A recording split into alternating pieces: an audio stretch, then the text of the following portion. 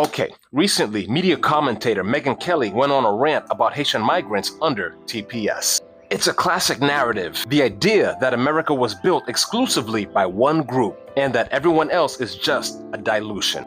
But history and policy have a funny way of completely obliterating rhetoric when you lay out the actual data. Let's look at the tape and check the receipts. And look, this has been going on for over a dozen years. Go home. Get out. We know our country's better than yours. That's because we filled it with our work ethic and our culture and our values. Let's talk about the literal dirt you were born on, Megyn. You were born on November 18th, 1970 in Champaign, Illinois, and your ancestors came over from Ireland, Italy, and Germany. But long before your family ever arrived in the Midwest, the crown jewel of Illinois, Chicago, was founded. In the 1770s, the very first permanent settlement, the first home, and the entire trading infrastructure at the mouth of the Chicago River was built by Jean-Baptiste Point du Sable. And he was a free black man born in St. Mark, Haiti. So the economic engine of the state where you took your first breath literally exists because a Haitian man laid its very first bricks. So whose work ethic are we talking about again? You being here only dilutes it for us, those who built it and live it.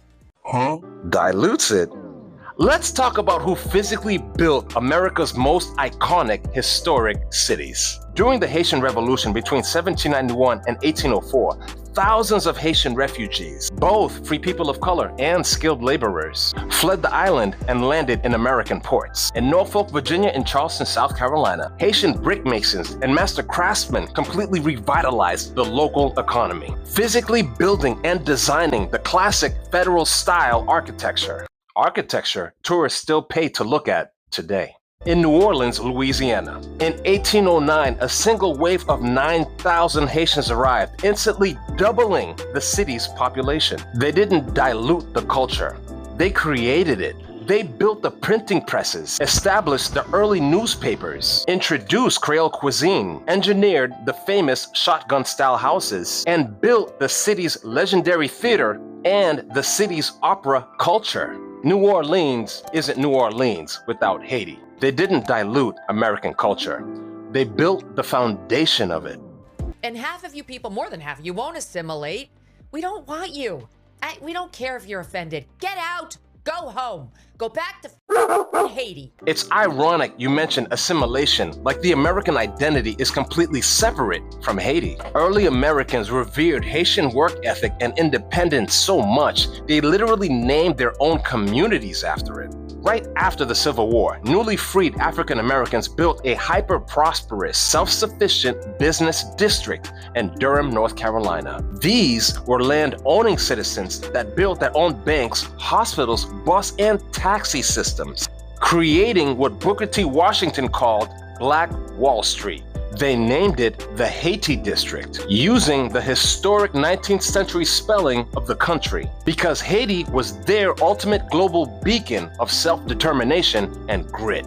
Even down in the boot heel of Missouri, settlers found a town in 1894 explicitly named Haiti. Today, the Haiti Indians high school football team still runs out under the Friday night lights carrying that name. The name Haiti has been woven into the spirit of American towns and sports for over a century. And they didn't need to assimilate to American values. They actually inspired them. Message. You claim this country is better because of an isolated American effort. But the sheer size of the United States was bought with Haitian blood. Let's look at 1803. Napoleon Bonaparte sent his finest imperial army to crush the revolution of Haiti. They utterly got destroyed. And Napoleon's dream of a French empire in America, that also got destroyed.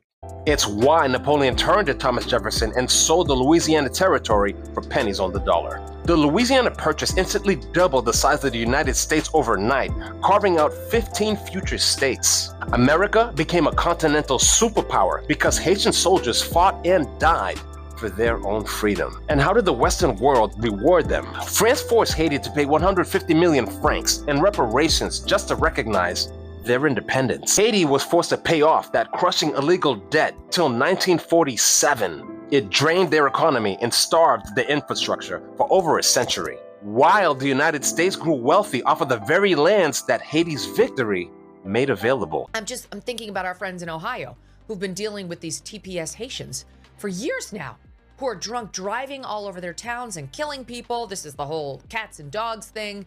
Like, they don't want to live like Americans live.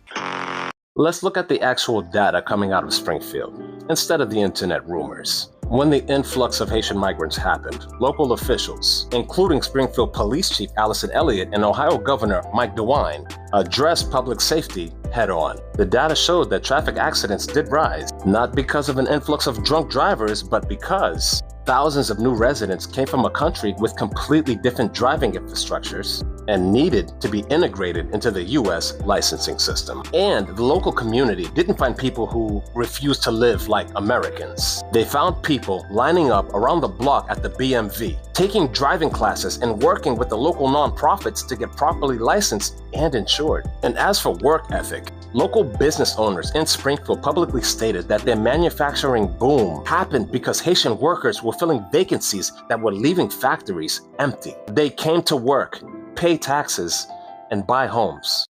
And this was supposed to be temporary help. And it's turned into another backdoor way of allowing someone permanent residency here.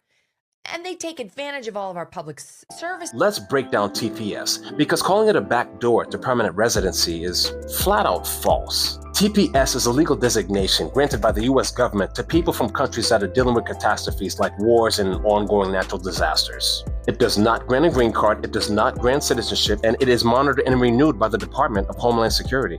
And regarding taking advantages of public services, to maintain TPS, recipients have to pay hundreds of dollars in filing and biometric fees out of pocket just to register. Furthermore, TPS holders are legally barred from receiving the vast majority of federal public assistance, including food stamps, Medicaid, and welfare. Instead, TPS holders are required to get a work authorization document. They pay federal, state, and local income tax, plus sale and property taxes, funding the very public services they are accused of draining, all while contributing billions of dollars to the US GDP annually without ever being guaranteed the right to stay permanently.